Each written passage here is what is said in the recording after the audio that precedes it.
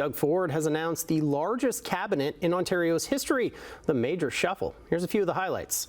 Niagara West MPP Sam Oosterhoff becomes Associate Minister of Energy-Intensive Industries.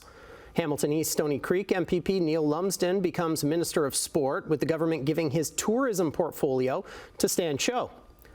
Bay of Quinte MPP Todd Smith has been tapped to be the new Minister of Education, replacing Stephen Lecce, who becomes Minister of Energy and Electrification. And Kitchener-Conestoga MPP Mike Harris is named Minister of Red Tape Reduction. Joining us now with more on this is political analyst and former Queen's Park correspondent Stephen Lecce. Keith, why shuffle the cabinet on the same day he's wrapping up the legislature? Well, there's actually no better day to do it. I mean, if you notice, you mentioned he rose the legislature a week early. He added 4 weeks to the break at the other end. So it's a 19-week summer break. So that means it's over 4 months for any new ministers or ministers in new portfolios to get up to speed on those portfolios before they have to go into question period and start getting hammered by the opposition parties. So doing it today gives the government the most cushion room before they come back and get those new ministers or people in new positions right up to speed. Okay, so it's the largest cabinet in Ontario history, but he kept many of the key players like Sylvia Jones and Carolyn Mulrooney in their portfolios. What do you make of that?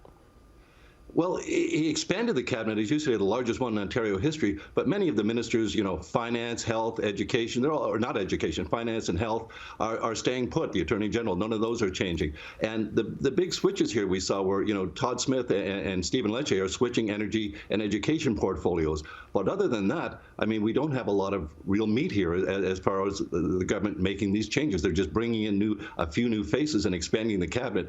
But as to why at this point, it's just other than it's to the government's benefit. What do you make of Lecce losing the education portfolio? Is this a demotion, would you say, or just moving people around?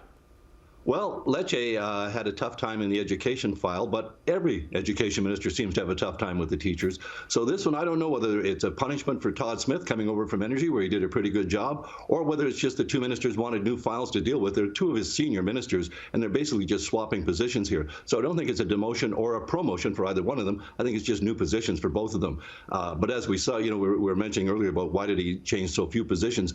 Why he didn't change the health minister is a real question mark, because Sylvia Jones has been extremely unpopular and almost missing in action on a large part of the file. Okay, one other big name, the former housing minister, Steve Clark. He's back, not in the cabinet, but now he's going to be government house leader, taking that role from Paul Calandra. What do you make of that?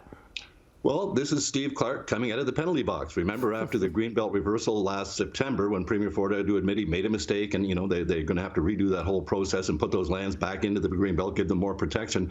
Steve Clark was the housing minister, and he fell on his sword and had to get, he was demoted from cabinet. So this is him coming back from the political wilderness. The government house leader often stands in place and answers questions that are directed at the Premier. So this is not, sort of a minor promotion. This is a big promotion to bring Steve Clark back into the PC fold.